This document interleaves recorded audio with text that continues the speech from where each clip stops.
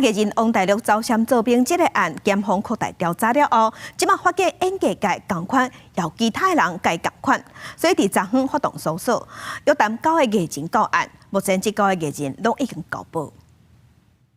你花了多少钱赏金？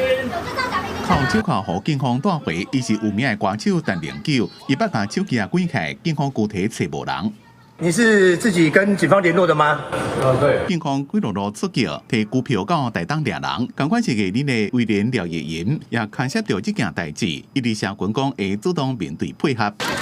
你花多少钱逃兵？进前被带回一个艺人陈大天，闪兵案目前约谈9案的9位艺人交保金额，分别是威廉50万、陈零九30万、阿浩体力28万、陈大天25万、陈信辉大军20万、李全吴博士15万。另外一个姓范加姓赖2位一男，其中姓赖的男子因为另案在押，也无约谈。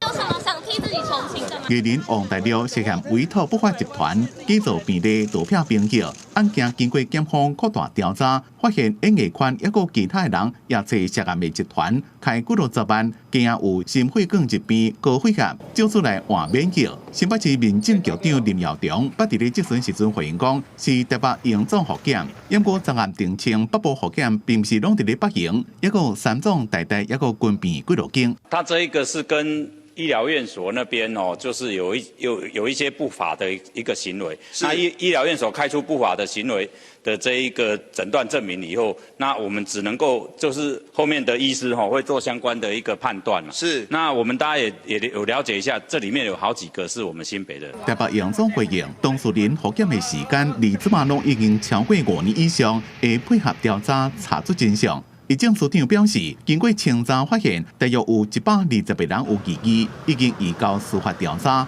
有后一步的行动，继续清查5年内的免疫男性是毋是有问题。公司新闻综合报道。